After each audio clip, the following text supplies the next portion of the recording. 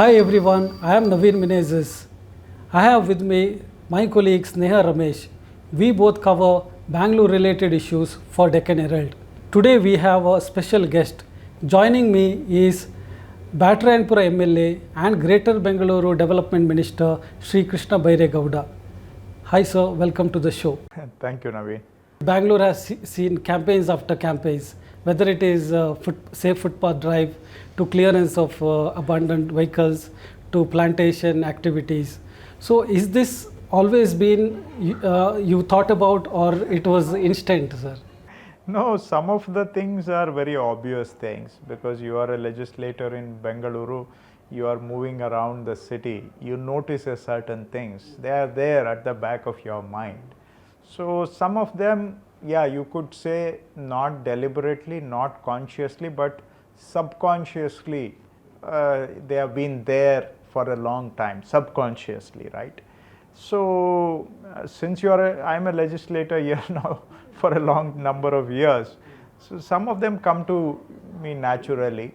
And also you have to plan, right? There are some things you can do in the short term, some for the medium term, some for the long term.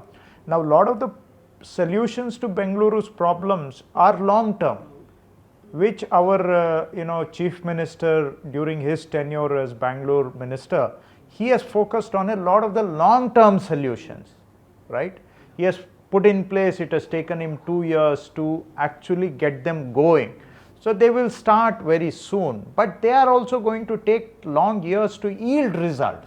But in the meantime, people need to feel that something is happening in their city, right? So I think that's what we are trying to fill that, and also involve people in the process as well.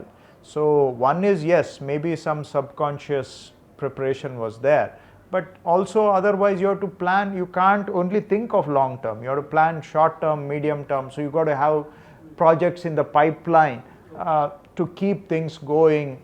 And some of these are basic administrative work, right? So you tighten the basic administration, a lot of things will improve on their own. So that is also what we are trying to do. When you launched Safe Footpath Campaign, it is a great initiative. But what happened was street vendors were, their livelihoods were at risk. So was that considered in advance, sir? Look, I don't think it is at risk. What am I requesting them? Instead of the main road, you move to the crossroads. So I'm not against the livelihood of hard-working people. They are toiling, they are shedding their sweat to earn a day's living and feed their families and take care of their children's education. So I'm completely for them. But it doesn't mean that it has to be on the main road itself. So, and you have to prioritize, and if you start saying that, then you are, you are very disrespectful of the other people's rights. So, I have a right to live, but I also have an obligation to respect others' rights. If you are not willing to make that kind of sacrifice, I mean not even a sacrifice, it's just a minor adjustment, then you must question whether you have the moral authority to question others. The reason I'm asking, I'm not asking you, Naveen, but I'm just the associations. But the reason I'm asking, the side roads that you said, the footpaths there are narrow, whereas the main road footpaths are wide. So yes, main road footpaths are also the areas where thousands of people are walking. Thousands of people are dying in accidents, pedestrians are dying. That is also the road where thousands of vehicles are passing in a day. So for your, one person's livelihood, how many people are you going to affect? At what cost? We must all learn to coexist and find a way of living that is respectful of others' rights also. So when you say all of these, sir, there's a lot of behavioral change that you're expecting from the people. So when you say the garbage campaign, I mean, the people are so used to maybe dumping at a black spot. They see hundreds of them have dumped, why shouldn't I? That's the behavior that many of them have. How do you think that it will change over time? Probably this will be a very big challenge, but you are absolutely right that if some change has to come about, behavioral change, cultural change, adaptation are a critical prerequisite for it. Without each one of us, okay, the government has to improve, the administration has to improve, but administration alone cannot deliver you the improvement that you desire in Bengaluru. It has to be a partnership initiative between the citizenry and the government. Government has to make its effort, people have to support. How should they support?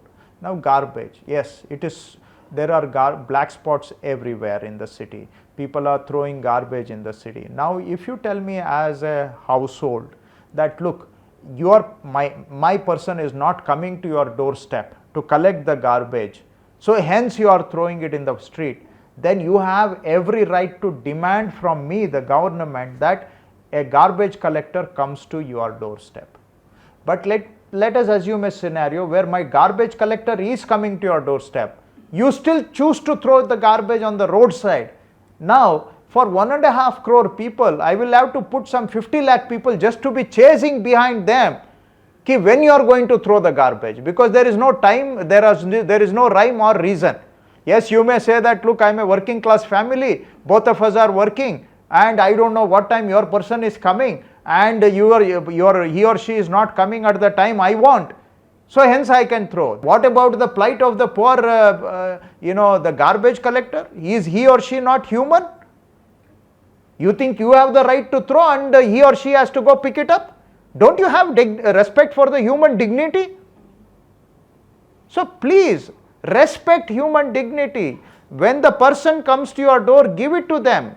Will you bring back garbage bins? That No. used to be that. No. So there is. So, sir, Lot of people send this suggestion. They think the moment you put a garbage bin, everybody thinks they have a right to throw. So instead of giving at the house, they will all dump it at the garbage bin. And there will be no garbage inside the garbage bin. It will be strewn. There will be a mountain on top of the garbage bin. It has been tried in the past. It's failure. Look, I am again asking you.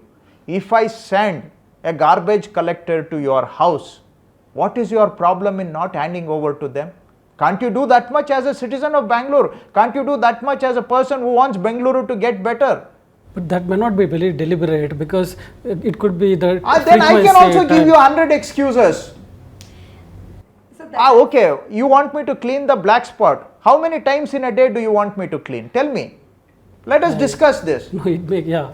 Every hour you want me to clean. How many people am I going to deploy? So, it is basically you are arguing that I have a right to throw garbage anytime, anywhere. And you as the authority should be running behind me to clean up the garbage behind me. Is that the job? Is that a practically workable solution? when you said if I don't send a garbage collector, but if you see, the system is not completely foolproof now. Vehicles are old now, the system is not foolproof. Correct. There are gaps. Correct. So how do you plan to address that, sir? I admit everything you are saying. I don't deny. I don't deny when I have a problem. I will admit. So it's my responsibility to fix it. I will fix it. I will make sure that all the autos are replaced, that higher capacity autos are brought into the practice, and I will also make sure that the auto goes to every road in the city. I will put GPS systems. Yes, it is mandatory even now, but these autos, they don't even have a starter. For where will they have a GPS? Because they are, this is a mess created over the last 20 years. Do you know when the last garbage tender was done in Bangalore? 2006. After that, no tender has been done. All these people who are speaking, I don't want to do politics here, but when they were in power, they couldn't get a new garbage tender done. We are running on some system that was built in 2006. All those tenders have expired some 15 years ago. We are running on an expired system by simply giving orders to, oh Naveen, oh I like him, oh yeah, go man, you do one ward man. This is the system we have been running. Our chief minister said nothing, none of this. We will bring in a proper, when he was in charge of Bangalore, he has successfully managed to get new tenders done. We will start the implementation. So that is how I am confidently saying that I will ensure that a garbage collector comes to your doorstep. What am I asking you? All I am asking you is please hand over your garbage at your doorstep. Is penalty the way to stop people from... Penalty is a last resort. that is not the primary way. We need to convince people that they need to partner with us. But we will not be, shy of that also, let me tell you, because I can make all the effort that is humanly possible from my side.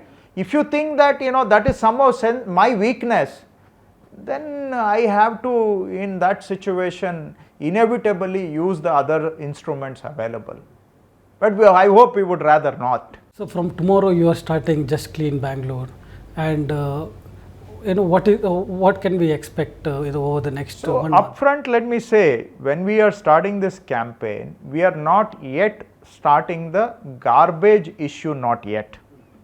Let me make it very clear, because garbage, for me to confidently say that I have put my system in place to tell you I need the new tenders to be implemented, because the old current system is broken. With that, I cannot promise you sincerely that I have a system in place. So we are going to roll out the new tenders and then get into the garbage mess that is. Before that, waste includes garbage. Waste also includes a lot of this construction debris, stones, soil, silt that various people have illegally dumped on public spaces, right? It is actually, let us say, it is my house debris. Instead of disposing it proper way, I saw left, right, nobody is watching, so I just dumped it on the public space. Now I dumped it there, some other people have also dumped, hence there is a mound. On top of the mound, lot of weeds have grown. So now it has become neither a jungle nor a city. So this is what we are targeting in this Freedom from Waste campaign. The C&D waste and lot of construction material that are left on the footpaths, on the roads, and a lot of metro construction sites, Suburban Rail construction sites, BWSSB waste material, all these we are promising to remove from the public spaces. What I am also requesting is that you own a private site, your own site, that also has such debris and overgrown weeds which are troubling the people living around there, and also it is an eyesore for the locality in which your site is located. So I am requesting you to clean up your site before 15th of August. If you refuse to do it, then I will start cleaning up your site, and I will charge the costs to your property tax account. Yeah, of course you are going to say that, oh, you are charging me so much money. Yes, I don't want to. So please clean up your site. So don't give me a chance to come and take away your hard-earned money. Yeah. So the charge only covers for the vegetation, or it's for the garbage as well? The debris, we are again, let me be very specific. We are focusing right now on debris, silt, soil and such material. These are all the inert material. Garbage is an active material, these are inert material. I was talking about vacant sites. Now there is an argument that vacant sites, they are already paying SWM user charges. Why should we pay again? Again, I am not charging you for the garbage. That's the vacant sites, the amount you are paying is for garbage. And you first obligation in the GBA Act is to keep your site clean. Okay, you segregate and give, I will take it away. You have weeds, you cut it and leave it there, I will take it away. I will not charge you single paisa. Even now. Okay. So what about BDA and sites owned by various institutions? We are asking them to clean up. In fact, we have invited BDA,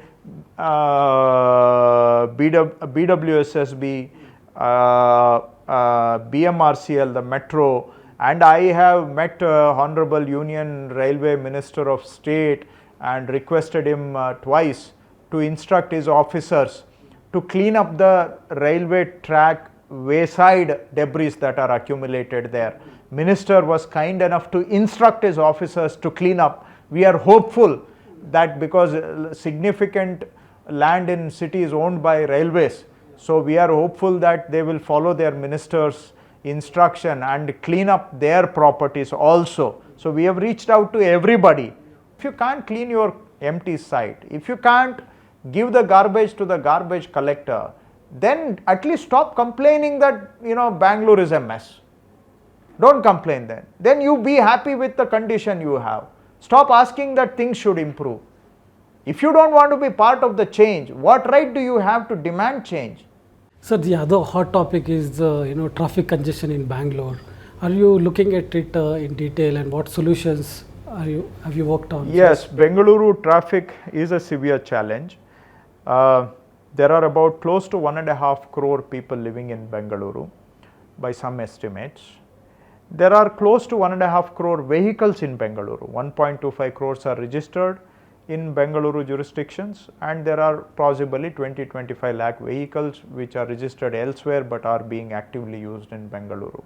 So there is 1 person to 1 vehicle ratio in Bengaluru, which doesn't exist in any city anywhere in the world. Only in Bengaluru we have this kind of profusion, proliferation of private owned vehicles. There are bigger cities in India, but their vehicle population is less than the Bangalore's vehicle population. So the highest number of vehicles are in Bengaluru, right? And the old areas have good roads, but the outer new areas have lot of illegal layouts that have come up where the road infrastructure is very minimal, very minimal. Infrastructure, I mean the road width is very minimal, and there are no interconnecting roads either. Everything is a dead end. So because of illegal layouts. Over the years we allowed these illegal layouts to come up, and now you want to retrofit a solution into this. It's not easy. There are no magical solutions. So what do we do about it? So we are investing heavily into metro. We want to expand metro network aggressively across Bengaluru. Hopefully, you know, in the next 1.5 years, the metro network will increase to 170 kilometers. And mind you, as of today, we have the second longest metro connectivity in the country, second only to Delhi, and we are above all other cities. But we will expand aggressively to 200, 250, 300 kilometers. We have all the plans in place, but it is going to take time. We also want to invest heavily in buses. Bengaluru has 7,000 public buses, which is again the highest in the country, right? But we still want to buy another 4,500 buses over the next couple of years. So we want to increase the fleet size of buses in Bengaluru. We are also investing heavily in Suburban Rail. So 148 kilometers at a cost of 23,000 crores. That's the investment being made into Suburban Rail. Hopefully this will be operational in 2030, right? But though these mass transit solutions we are heavily investing, but they alone are not going to solve Bengaluru's traffic problems, right? Because 1.5 crore vehicles and 1.5 crore people, mass transit alone will not solve. So you need to invest heavily on the road infrastructure also. So we are investing on this white topping roads, cement roads, because they will last for 25 years. So that way, come rain or shine, you have long-term stable roads. Apart from that, we need to increase the road carrying capacity. You can't widen the roads because it has an enormous human cost. You break somebody's house or his building or her building, it is going to cause anguish to them. It is the social cost of breaking houses is enormous. On top of it, you have the financial cost. So hence we are going vertical. We are going above in elevated manner. We are planning several elevated road corridors, and some places north, south, east, west, we are going below the ground in tunnels. So all these options together, it is not one or the other. We need to invest in mass transit. We need to invest in improving the quality of roads that are there, and we need to increase the road capacity also, and that will come through elevated and tunnel roads. So all these together, our Chief Minister has a plan for the next 2 to 10 years. Over the next 2 to 10 years, all these will materialize, and hopefully that will significantly improve the situation in Bengaluru. But also mind you, Bengaluru is the fastest growing city in the last 25 years, not just in India, in the world except China. No other city in the world except China has grown at a breakneck speed like Bengaluru. This is also a reality. We have grown far. You look at the urbanization, you look at the construction, you look at the population, we have far ahead of Delhi, we are far ahead of Bombay, we are far ahead of Madras and Hyderabad in terms of the growth we have experienced in the last 25 years, and this growth continues even today. So we need to make heavy investments to make sure that the infrastructure keeps pace. But isn't the two metro projects are slow, especially the Hebbal Sarjapur and JP Nagar Hebbal, that stretch? There has been some delay, but now we will make sure that they're all pushed aggressively going forward. There are some technical evaluations and various other administrative processes that have held them up, but now we are confident that the final decisions will be made and we'll push them aggressively. And when you spoke about tunnel and elevated, these projects only cater to the city's core area, which has already a better road coverage. City's outskirts, as you said, they do not have, they are narrow roads, and these solutions don't help them. It might only aggravate the problem in those areas. So no, some of these are meant to, they are outside the core area also. We will present our blueprint to the public, and you will see that some of them are outside the core area as well. So we are paying attention to those areas also. But even to put an elevated road, you need basic road width existing available, right? And anyway, the north, south, east, west tunnels are connecting the four corners of the city, right? So they are, the tunnels, yes, you can put anywhere, but they are already connecting the outer points to the outer points, right? So that elevated roads, it requires some minimum basic road width also to put them. But you will, when we present the blueprint, I'm sure you can notice that some of them are paying attention to the outer areas also. But your point is taken, that we should pay attention to the outer areas where the road capacity is much lesser than the old city. But sir, when we speak about road infrastructure, when you were actually listing out the agencies, I wanted to ask you this. There are a lot of agencies in Bangalore. There's BWSSB, there's BESCOM, then there are the 5 corporations.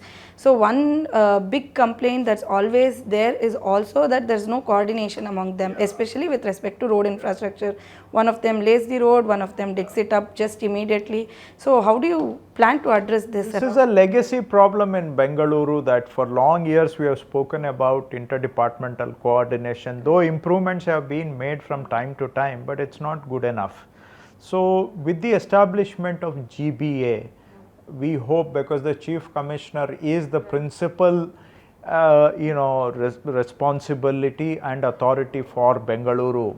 So we hope that with that we will make substantial improvement in resolving this historical problem of ensuring coordination. So in order to enable the Chief Commissioner, we are putting in a lot of technology also in place so that coordination happens automatically. So we are coming out with a combined dashboard for all agencies, so that every agency knows what the other agency is doing. So it will be an online platform which is open to people also, citizens also. So they can also see what department is planning what at least 6 months, 1 year ahead, and if it is a mega project, then 2-3 years ahead, so that everybody is in the knowledge of each other's activities. So that's just a one technology tool that will enable citizens also to ask the right questions, but will also bring interdepartmental coordination. But ultimately the GBA, I am hopeful, can substantially solve this problem, and we'll make it work. Sir, now there is a lot of talk saying that the 5 corporations will now become 2. Is it true? I have not come across this discussion so far, but not that I am aware of. But one other thing, sir, when we talk about garbage, traffic, all of these are problems that we are seeing now. But because of this poor monsoon, in 2024, we also had a water crisis. So this year, next summer, we might face similar situation in Bangalore. So what are your action plan, or are you working on anything? And one towards supplement question, sir. After taking charge, you have gone to GBA Metro, but you have not gone to BWSSB We're getting yet. there. You know, Bangalore is a complex challenge. We are getting to one by one. But yes, water security is very important in the long term. Short term, we have to deal with crises, but long term, we must plan for water security. So we are rolling out the 6th phase of Cauvery to bring additional quantity of water into Bengaluru. So that will cost about 7,000 crores to bring. So we are very shortly going to start the implementation of the Cauvery 6th phase that will further improve the water security. And we are hopeful that now the rains have picked up in the catchment area. So we are hopeful that we can tide over the situation. But there is still a lot of people in Bengaluru dependent on the surface groundwater bore well. So that risk we will face this year. I am sure we will face some problems this year as well. Okay. So the last question. So now we already know about garbage campaign. So what next, sir? What are you planning next? We have plans. I need to do my homework before I speak anything, and a lot of times the homework is 1 month, 2 months, lot of groundwork we have to do before I speak anything in the public, because nothing just happens by me saying it. Lot of back end. What are the pain points you are looking at, sir? See, parking, some streamlining of parking will help traffic movement, and it will also bring some discipline onto the roads. People are abusing footpaths for parking, and people are parking on both sides of the road. So we are working on it to see how we can streamline that. So that will be one. Next is, after this debris and such things, we have to target the garbage is the next biggest thing. So we need to work on that to clean up garbage disposal and make sure that the number of black spots are reduced across the city, and we have a more efficient household collection. We have the plantation initiative coming up. So we have, Hands are full. I wish birth and death sometimes certificate can be the next issue, sir. Yeah. We need to streamline that also. There's so many. There is never ending amount. Sir, there was a before you took charge of providing premium services. You give a little higher amount and then the service is better. Yeah. Are you in favor of this concept? We want to try it out and see how it pilot. Yeah, we will just. But even for them to pilot a private agency, they require a minimum number. So we are discussing that and looking at the feasibility and the costing of it. Yes. Okay, sir. Thank you so much for the discussion. Thank you, guys. Enjoyed talking to you guys. And that was Shri Krishna Byre Gowda. He has made a lot of promises to the city and has also expected the citizens to do their bit. We will wait and watch whether these promises truly make any difference to the city.